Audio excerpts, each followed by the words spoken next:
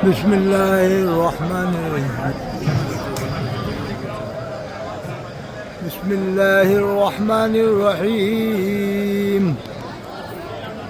حضرات آج جو ہے کہ ہم اجمیر شریف میں حاضر ہیں حضرت شیخ محی الدین چشتی اجمیری رحمۃ اللہ علیہ کے مزار پر۔ ہم نے جا کر دعا کیا، اللہ تعالیٰ سے حضرت کے وسیلے سے دعا کی۔ ایک پیغام پہنچانا چاہتے ہیں ہندوستان بھر کے لیے کہ جتنی بھی مسجدیں ہیں سارے اماموں کو آپ 30,000 روپیہ تنخواہ دیں۔ جتنے بھی کمیٹی والے ہیں 30,000 روپیہ تنخواہ دیں۔ آج کی مہنگائی کے حساب سے 1,000 روپیہ روز ہونا ضروری ہے اماموں کے لیے، تبھی وہ امام لوگ خوشحال رہ پائیں گے۔ جب امام خوشحال رہیں گے تو مقتدی بھی خوشحال رہیں گے۔ جو اللہ کے گھر کو آباد کرتا ہے، مقتدی اگر ان کا خیال کریں گے تو اللہ تعالیٰ ان کی عزت سے مدد فرمائے گا اور ان کی تمام پریشانیوں کو دور فرمائے گا۔ تو آپ سے گزارش ہے کہ جتنے بھی لوگ اس ویڈیو کو سنیں اپنے اپنے اماموں کی وہ تنخواہ 30,000 کریں۔ یہ حضرت شیخ محی الدین چشتی اجمیری رحمۃ اللہ علیہ کے وسیلے سے پیغام دیا جا رہا ہے شاہ جہانی مسجد سے۔ تو میں آپ کو ایک پیغام دیتا ہوں، قرآن کی تفسیر کو عام کریں۔ اللہ کے رسول صلی اللہ علیہ وسلم کا فرمان ہے آخری حج میں، 2 چیزیں تمہارے درمیان میں چھوڑا ہوں، ایک قرآن، ایک میری اطرت یعنی اہل بیت علیہ السلام۔ فرمایا ان دونوں کو اگر مضبوط تھام لیا تو پھر کبھی گمراہ نہ ہوگا۔ ہر جگہ کوٹا میں، بوندی میں اور جھالاواڑ میں، ناسک میں، پوربندر میں، اجین میں، اندور میں، رتلام میں، ادے پور میں، چتوڑ میں جشن امام زین العابدین کا انعقاد کرائیں۔ جشن امام باقر، جشن امام جعفر، جشن حضرت امام موسیٰ کاظم، جشن حضرت امام علی رضا، جشن حضرت امام تقی، جشن حضرت امام نقی، جشن حضرت امام حسن عسکری، ان اماموں کا انعقاد کرائیں تاکہ لوگوں کو معلوم ہو کہ ان اماموں کا مرتبہ کتنا بلند و بالا، رفع و اعلیٰ ہے، جن پر خود حضرت خواجہ غریب نواز ناز کرتے ہیں اور غریب نواز پر تمام ولی، بڑے بڑے ولی ناز کرتے ہیں، جیسے حضرت بابا فیض الدین گنج شکر رحمۃ اللہ علیہ، حضرت نظام الدین اولیاء، حضرت شیخ علاء الدین علی احمد صابر کلیری رحمۃ اللہ علیہ۔ ایسے پائے کے ولی جن پر ناز کرتے ہوں وہ حضرت شیخ محی الدین چشتی اجمیری ہیں، اور جن پر حضرت شیخ محی الدین چشتی ناز کرتے ہوں، جن پر حضرت غوث پاک ناز کرتے ہوں وہ حضرت امام حسن عسکری ہیں، وہ حضرت امام علی رضا ہیں، وہ حضرت امام تقی ہیں، وہ حضرت امام نقی ہیں، وہ حضرت امام موسیٰ کاظم ہیں، وہ حضرت امام جعفر صادق ہیں، وہ حضرت امام باقر ہیں، وہ حضرت امام حسین علیہ السلام ہیں۔ اور امام ابو حنیفہ رحمۃ اللہ علیہ نے کہا کہ میں 2 سال اگر حضرت امام جعفر یا حضرت امام باقر کی خدمت میں نہ رہا ہوتا تو میں برباد ہو جاتا۔ یہ حضرت امام اعظم کا قول ہے۔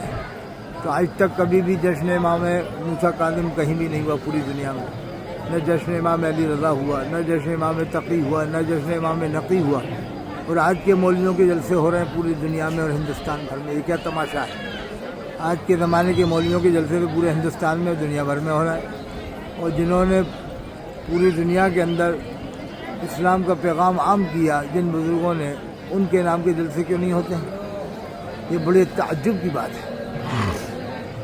یہ پیغام دیا جا رہا ہے کہ قرآن کی تفسیر کو عام کریں، اور کوٹا میں آج تک قرآن کی تفسیر کہیں بھی نہیں ہو رہی، نہ جے پور میں، نہ ادے پور میں، نہ چتوڑ میں، نہ رتلام میں، نہ دیواس میں، نہ اندور میں، نہ یہ سب کیا ہے؟ اپنی اپنی لوگ کتابیں پڑھواتے ہیں اور اپنی اپنی کتابوں کو عام کر دیا ہے۔ جیسے تبلیغ جماعت والوں نے 4 کتابیں انہوں نے اپنی شروع کروا دی ہر جگہ، تبلیغ نصاب فضائل اعمال، اور قیامت تک وہ یہی کتابیں پڑھوائیں گے کیا؟ 70-80 سال ہو گئے ان کتابوں کو پڑھواتے ہوئے۔ ان سے بھی گزارش ہے کہ ان کتابوں کی جگہ قرآن کی تفسیر پڑھوائیں، ترجمہ سنیں، کیا ہے معرف القرآن سنیں۔ معرف القرآن 2 عالموں نے لکھا ہے، مولانا نذیر صاحب کاندھلوی نے، مفتی شفیع صاحب نے۔ یا تفسیر طبیعہ القرآن پڑھیں، حضرت علامہ غلام رسول سعیدی رحمۃ اللہ علیہ کی لاجواب تفسیر۔ یا ضیاء القرآن پڑھیں، حضرت علامہ پیر کرم شاہ گھری رحمۃ اللہ علیہ کی لاجواب تفسیر۔ یہ تفسیرات آپ قرآن کی تفسیر ہر مسجد میں سنائیں، اور زیادہ سے زیادہ لوگوں کو نمازی بنائیں، حلال روزی کا پابند بنائیں۔ اور یہ پیغام دیا جاتا ہے جو ہمارا وہی نماز نہیں پڑھتا، ہمیں وہ فون نہ کرے، ہم سے ملنے کی ضرورت نہیں ہے، بالکل رابطہ نہ کرے، بالکل بیت سے خارج ہے، ہم نے اس کو دور کر دیا، کسی اور سے مریض ہو جائے۔ جو نماز نہیں پڑھتا وہ ہم سے بات نہ کرے، کبھی بات نہ کرے۔ اگر جب بھی بات کرے وہ نماز پڑھے، پہلے بتائے گا وہ ہم نماز پڑھیں گے۔ توبہ کریں اور سچے دل سے کہے کہ اب آج کے بعد نماز نہیں قضا کروں گا، اور قضاء عمری ادا کرے، جو نمازیں قضا ہو گئی ان کو ادا کرے، اور پھر ادا کرنے کے بعد پھر کبھی نماز قضا نہ کرے، جو قضاء عمری ہے ان کو ادا کرنا ضروری ہے۔ ایک پیغام اور دیا جاتا ہے حضرت خواجہ صاحب کے وسیلے سے کہ بدگمانی سے بچنے کی پوری کوشش کریں، بلا تحقیق کے کسی کو کافر نہ کہیں، بلا تحقیق کے کافر کہنا بہت بڑا گناہ ہے، اور آپ سے یہی گزارش ہے کہ بلا تحقیق کافر نہ کہیں۔ اور ایک پیغام اور کہ میں عمرہ کرنے سے پہلے غسل کرنے کی میری عادت تھی، اب میں نے غسل کرنا چھوڑ دیا 5 نمازوں میں، اب میں 2 بار کر لیتا ہوں، کبھی 3 بار کبھی 2 بار۔ اس لیے اس بات سے ہی بچنے کی کوشش کریں کہ جو کہتے ہیں کہ اب 5 ٹائم نہاتے ہیں، میں نے بند کر دیا، میں نے 5 ٹائم نہانا بند کر دیا، اب 2 ٹائم یا 3 ٹائم جیسا ہوتا ہے نہا لیتا ہوں۔ اور جتنے بھی لوگ ہمارے متعلقین ہیں ان سب کی اللہ تعالیٰ تمام جائز سنا نیک مرادیں پوری فرمائے۔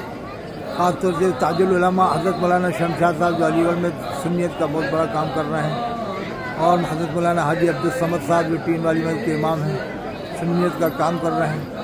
حافظ طارق صاحب جو نور مصطفیٰ چلاتے ہیں پٹوائی نقلیں، بہت بڑا کام کر رہے ہیں۔ اور خطیب ملت حضرت حافظ اختر صاحب بہت بڑا کام کر رہے ہیں۔ اور اس کے علاوہ مفتی اشرف صاحب جو قاری بھی ہیں، عالم بھی ہیں، اور علم کے بہت زبردست ماہر ہیں۔ حضرت مولانا مفتی اشرف صاحب یہ سب اہل سنت والجماعت کے ستون ہیں۔ خاص طور سے تاج العلماء مولانا شمشاد صاحب اور حضرت مولانا عبدالقادر صاحب جو خواجہ سمیع مسجد کے امام ہیں، یہ سب سنیت کا زبردست کام کر رہے ہیں۔ اور جناب صوفی باصبا حضرت حافظ صلاح الدین صاحب یہ حمزہ مسجد کے امام ہیں، یہ بھی بہت بڑا کام کر رہے ہیں۔ یہ جتنے علماء کام کر رہے ہیں اور بھی علماء ہیں، اللہ تعالیٰ ان کو اور ترقی عطا فرمائے، اور مزید ان کو نمازی بنانے کی توفیق عطا فرمائے، اور قرآن کی تفسیر سنانے کی توفیق عطا فرمائے۔ وآخر دعوانا الحمدللہ رب العالمین، والصلاۃ والسلام علی سید الانبیاء والمرسلین۔